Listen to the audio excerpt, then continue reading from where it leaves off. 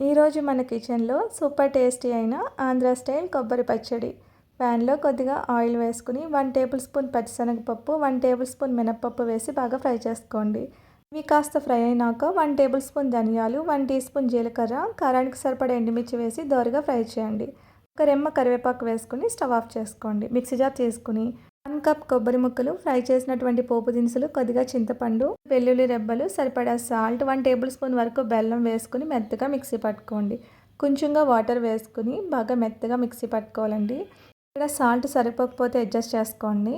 ఫైనల్గా వీటిని పోపు పెట్టుకోవాలి. ఆయిల్ కానీ నెయ్యి కానీ వేసుకుని వెల్లుల్లి, ఆవాలు, జీలకర్ర, పచ్చిశనగపప్పు, మినప్పప్పు, ఎండుమిర్చి, కరివేపాకు వేసి బాగా ఫ్రై చేసుకోండి.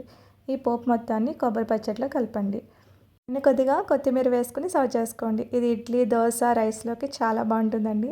ఫైనల్గా ఎంతో టేస్టీ అయిన ఆంధ్ర స్టైల్ కొబ్బరి పచ్చడి రెడీ అండి. తప్పకుండా ట్రై చేయండి.